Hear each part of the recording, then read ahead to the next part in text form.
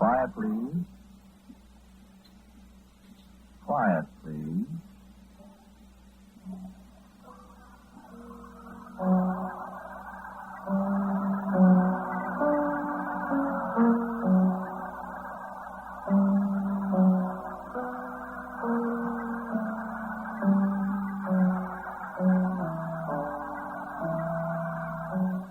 The American Broadcasting Company presents Quiet, Please. This is written and directed by Willis Cooper, and which features Ernest Chappell. Quiet, Please for today is called If I Should Wake Before I Die.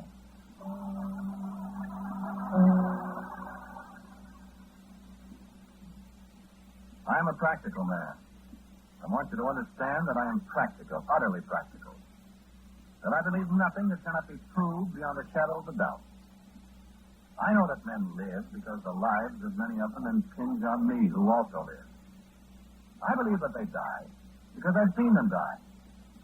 Beyond that, there is nothing of life or death that can be proved to my satisfaction. Speculation does not interest me. Whether men die or do not die is of small concern to me. My abiding interest is knowledge, pure knowledge. I've devoted most of my 47 years to its pursuit. The application of the knowledge I gain is of small moment to me. I may say that it's of no moment whatever. The experiment, the deduction and proof of new natural laws is the be-all and the end-all, as I believe the poets put it. And their application is not my problem. Don here does not share my opinion. Don's interest is in the applications of the laws that I and others have discovered and proved. You don't care, Dr. Anderson, whether a million men and women die as a result of the application of your discoveries? It is a matter of no interest whatever to me, Don. I wonder if you really mean it. I mean it. Implicitly. You know what the world is doing with your discoveries? Obviously, I know something of what they're doing. But I assure you it does not interest me. It doesn't interest you that 3 men are circling this Earth in a satellite rocket as a result of your research? I am interested only in the data they may bring back from outer space. Data on which I may base further research. It doesn't interest you that those data may become the basis for the building of fortresses out there in space, from which the Earth can be bombarded by some of the new weapons that have derived from your studies? I didn't invent the weapons, Don. Other men did, using your technical data. Yeah, that's their concern. Does it interest you that those 3 men may never come back to Earth? They may be facing a horrible death out there, 700 miles away from this Earth, alone out there in the dark. I have no time to contemplate their troubles, Don. You sent them there? I did not.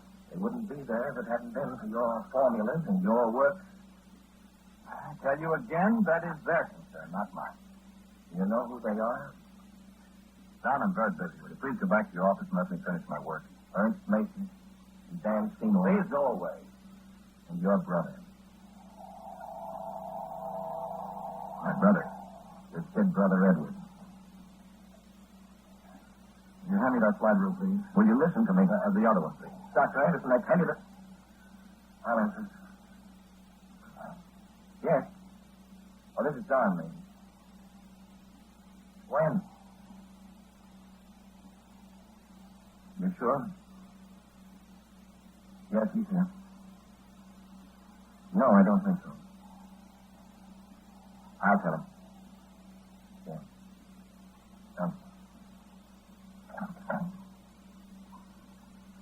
Dr. Anderson. Well, that was Major Hilton over at the center.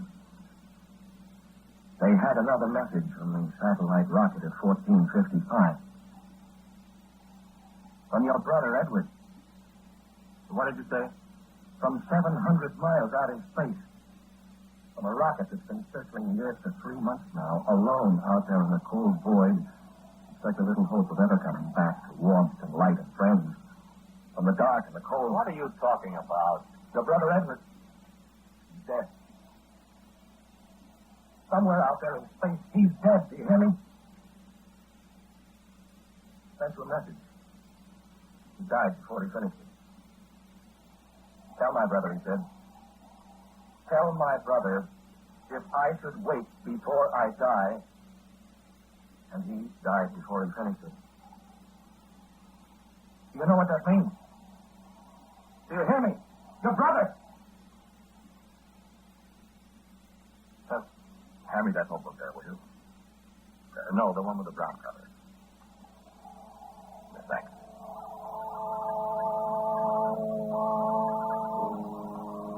Knowledge is all. The application of the knowledge is unimportant, unless it leads to further knowledge. I have no theories of life or death or creation. Explanation or the attempted explanation is futile and unnecessary. There are no secrets of life or death. There are chemical processes peculiar to man. They exist, and that's all. Perhaps someday I or one of my colleagues will discover the principles of this living and dying. But there's a long, long apprenticeship ahead of us before we can turn to that phase of science. Then, in the meantime, there are problems to be solved, answers to be proved. And it's of no importance what temporary use is made of the results of our research. The space rocket would have been useful, no doubt, in charting the effects of cosmic radiation. But it's gone. We must dismiss it as an expedient that fails. Knowledge. Knowledge is the goal. All else is unimportant. Never forget that. It's worth any price. Doesn't it depend just a little, Dr. Anderson, on who pays the price? What? The ones who die in the search? Well, as long as the important ones don't die, the price is reasonable. Who is to decide which are the unimportant ones? I am important. Yes, yourself, to the world. The others are important to the world, too. Nonsense. There wouldn't be any world without them, Doctor. Well, in that sense, People like your brother. He was dispensable to science. To you personally? Are you implying that I didn't love my brother? Am I? I did. I won't. Now, please don't try to involve me in an emotional experience, Don. I have work to do. It might do you some good, Dr. Anderson, if you did get involved in an emotional experience. It might wake you up. I'm awake, thank you. No, you're not. Can you explain what you mean by that? No. I don't think I will, Doctor. I don't think I will. Well, I don't know what you mean. You know what you're doing. I do. You know that the application of your research and experiment is producing the most frightful weapons the world has ever seen. That's not my fault. That's application again. Well, they wouldn't exist without what you know, what you proved. In that case, I am only helping my country. That's what the others say. What others? The other scientists in other countries, they're helping their country, too. Well, that's privilege. You realize that you and the others are distilling destruction for the whole world, don't you? That's the fault of you young military men who are converting pure research into weapons for war. I grant that. But you are the ones that gave us that research. It's your dreams, not ours. I wish you'd stop talking of dreams. Well, I wish... You wish what? I remember what your brother sent to you from way out there in space. Dying in a rocket ship. A spaceship that grew out of your dreams.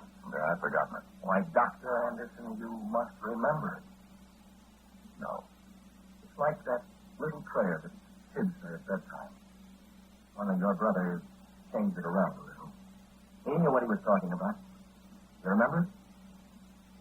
Something sentimental. I remember I used to say it when we were children at night. I know it. Now I lay me down to sleep, if I should die before I wake. That isn't what your brother said. Dying out there in the cold and the dark.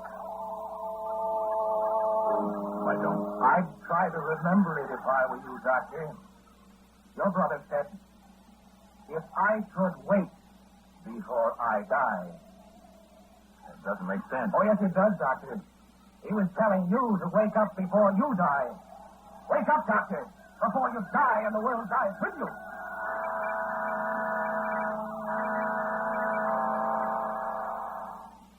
There is nothing I can do. I have committed myself to this, and I've gone too far. The others, Barshoff and Beveridge and Delaplane, they have gone too far, too. We cannot stop. It's no dream at all. It is pure science. What if they have perverted our dreams? Not dreams, What if they have perverted our studies, our equations, our living thoughts to weapons of destruction? It was not our fault. I was not my brother's keeper, but he died far, far out there in illimitable reaches, immeasurable cold, out where the cosmic dust lies in great cold clouds. There is no time. The alchemists tried for thousands of years to transmute base metals into precious ones. I only carried out their crumbling task. But you succeeded, you and the others. I didn't pollute the waters of the Bikini. No. You sat in a snug office 8,000 miles away. And the reports of the awful upheaval of the sea came to you. And you read them and smiled. You leaned back in your chair and smiled. They proved what we knew could be proved, you said. You smiled.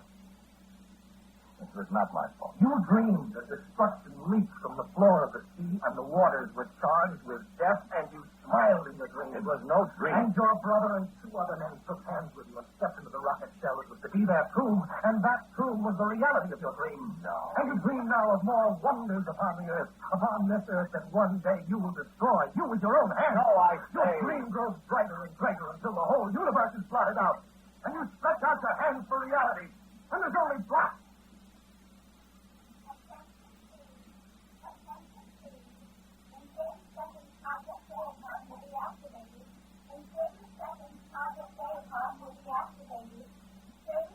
Wait.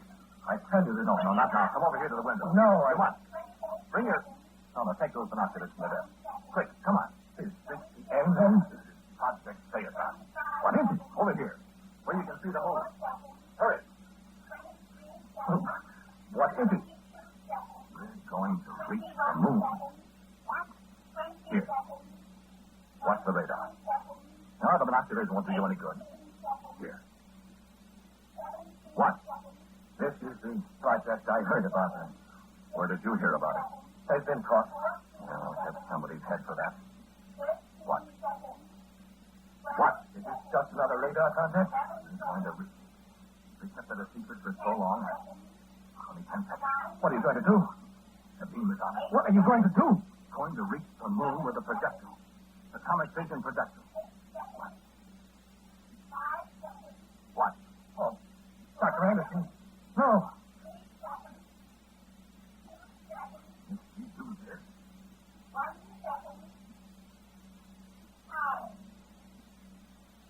I could hear, wait.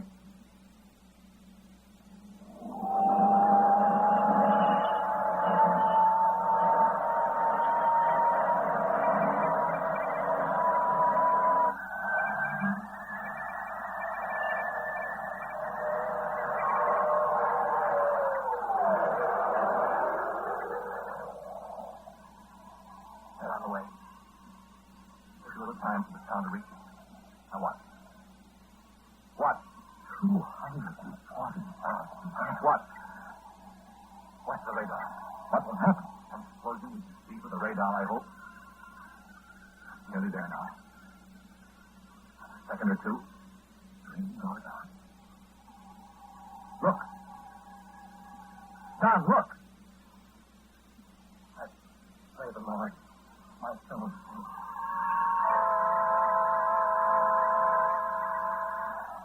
One does not always accurately foresee the results of a projected experiment.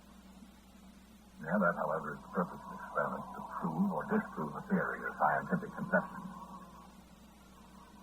If it were possible to conduct all one's experiments personally, the margin of error would naturally be reduced to the minimum.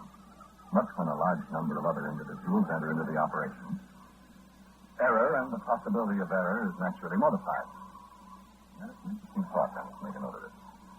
In what ratio does probable errors increase with the addition of new minds to a particular project? I must deduce a formula. At the moment, I do not know exactly what went wrong. It's within the realm of possibility that I might have made a slight miscalculation myself, although naturally I doubt that. It is possible that fissionable material reacts with greater celerity, but atmosphere, as we know it, is lacking. It is possible that there were on the moon certain elements unknown to us, elements that do not show up in spectrometric analyses, elements particularly amenable to chain reaction of unprecedented violence. Mildly shocking to realize the extent of the damage done by Project Phaeton. However, I'm reminded of the theory of the philosopher Berkeley that one must doubt everything outside the circle of one's own consciousness. Certainly, I have the evidence of my own consciousness. The image of the moon instantaneously disappeared on the radar screen at the precise second when my calculations showed that the projectile had reached the moon's surface. And although this is the time of the full moon, for 3 nights now in succession, it has not appeared in its customary place in the firmament. Therefore, I am led to an ineluctable conclusion, which is corroborated by other hearsay evidence. It is a fact, and I state it positively, that the moon has been utterly destroyed as a result of Project Phaeton.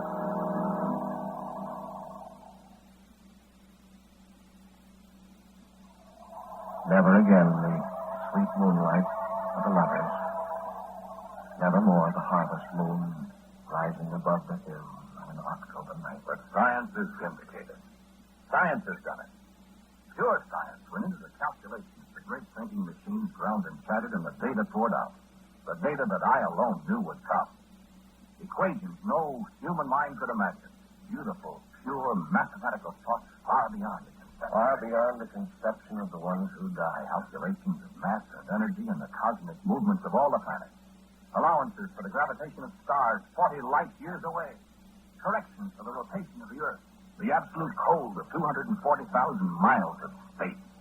Pinpointed on the great crater of Copernicus. That man has gazed on and pondered since the world began, and that no man shall ever see again. The hand of man has reached out into space and found a target. Pure thought that sought out the farthest reaches of the mind. Devised the weapon. And in every harbor of the world, the tides rushed out, and the very floor of the sea was plain to human eyes for one last.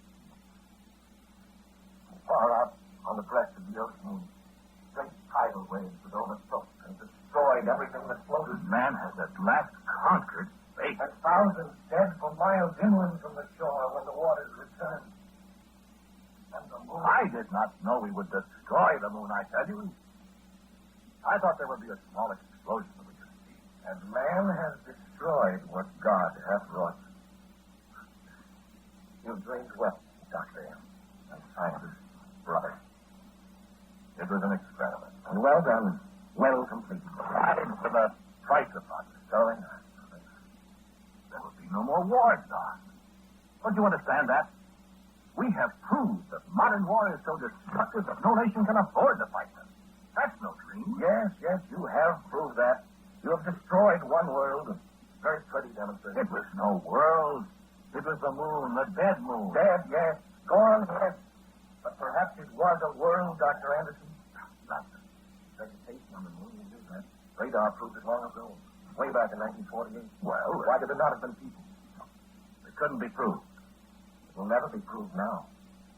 There's only dust. And our own world. Can you think of what has happened on our own world and look any man in the eye? I didn't intend that. But you accomplished it. I know it, but... You have other experiments in mind, I assume? Well, not immediately, of course. Of course. And not for years. Of course not. We have to go on. Do you? You know the end of it all. We can't stop now. We've started this thing, and there's no turning back. The point of no return. Exactly. We have accomplished a thing that human minds could never imagine. You have dreamed, and you go on dreaming of destruction. No. We'll take care next time. You will. Of course we will. This is an unfortunate accident. 10 million people killed on this continent alone. Cities destroyed that can never be rebuilt. The very moon, the ageless satellite of the Earth, blown to dust. Haven't you dreamed enough? It is not a dream. You will not wait before you die, before we die. What can I do? You can stop it. Don, it can't be stopped. It must be stopped. Man wasn't put on earth to die by his own hand, to be murdered by his fellow men. But what can I do? Stop! We can't stop. We started a chain reaction among people. You know what chain reactions are. You know what follows. You know that a simple fuse lit by a tiny match can set off an explosion. That will destroy the world. There's nothing to be done. Nothing. Marshoff and Beveridge and Delaplane and I say it in all humility. We know all there is to know about these cosmic forces. We know more than any other four men in the world. Do you four know how to stop this progress? I know. I think they know. But you won't stop? How? Well, if you four could agree to put a sign on it. We can't. There is no hope. We must go on to destruction. We must go on. How do you know you must go on? I know. How do you know? I have been told. By the others? Yes. They'll go on if you give up? They will. I know. What if they died? They are the direct brains of all the research in their country. And? If they died, their programs would be set back so far. They won't die. They have died. What did you say? I said they have died. They did. How do you know they died? When? They died on a ship in the Atlantic Ocean. When? When everybody else died on the Atlantic Ocean. In the tidal wave. Yes. You disposed of them very neatly. I didn't. You killed them just as you killed all those others. They're dead. It's my business to know about that, Dr. Anderson. Marshall. Bentley. Not a brain. You have no rivals now, Dr. Anderson. Why, that's right. We're in front of the world. What's left of it? There's nobody to carry on their work. Are you sure? Why, I know. Now. Yes, now. What were they coming here for? I didn't say they were coming here. They were, though. I know they were. But what? Why were they coming here? Don't you know, Doctor? To kill me. To murder me. Why, of course, they knew me. They heard about Project Ep089. They knew if they murdered me, that would stop all our developments here. And they would ally themselves against us, and without the weapons that I could devise, they would... Why, they'd win the war. What war, Dr. Anderson? What war? Why, they'd declare war on us. No, they wouldn't declare war on us. They'd just destroy us overnight. No. What? No. They weren't coming here to kill you. I know they were. No. What then? They were coming here to make a deal with you. A deal? Yes. They were afraid. Of what? Of the thing that killed them. Tidal wave. But that, they didn't know what it was to be, but they... Well, maybe they were afraid of it. Maybe they were afraid of what you'd do next. Well, they'd better be afraid. Oh, they're not anymore. They're dead. Oh, yes, that's right. Well, remember what your brother said? Yes, I remember. But what? Why, they awoke before they died, Dr. Anderson. It didn't do them any good. No, it didn't, did it? No, it certainly didn't. Because you didn't awake. Now you're the only one left. You know all the secrets. You know more than any other man in the whole world. I do.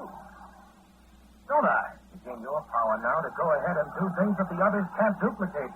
That they can't even come near. It's my patriotic duty. Is it? I've got to.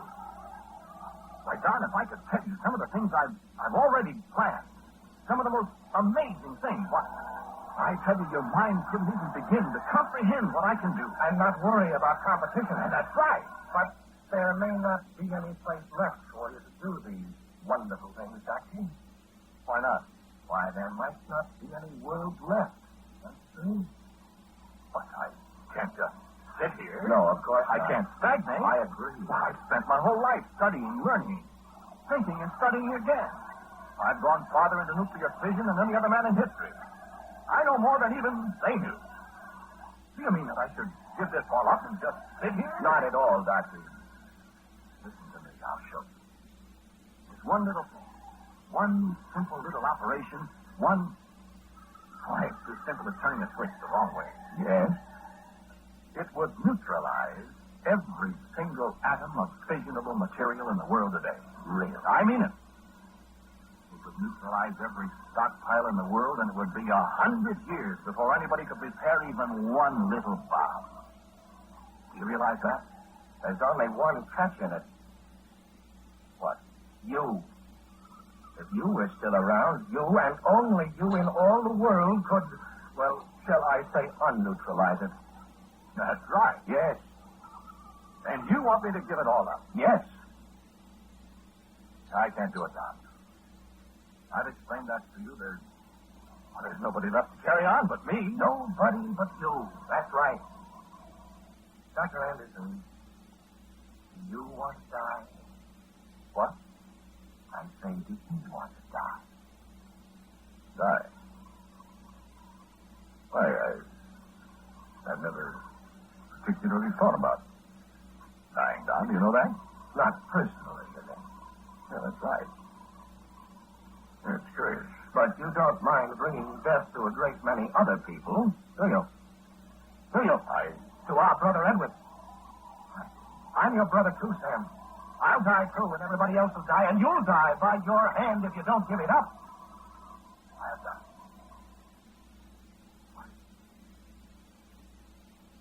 But I can't do it. I can't. You're still dreaming, Sam. I tell you, I'm not dreaming. It isn't too late to wake up, Sam. I'm not dreaming. Yes, you are, Sam, and it's time to wake up. I tell you.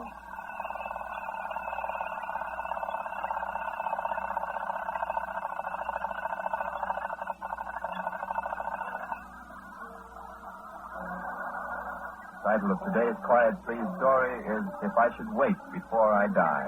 Written and directed by Willis Cooper. The man who spoke to you was Ernest Jackal. And my brother Don was played by Don Briggs. As usual, music for Quiet Please is played by Albert Bremen.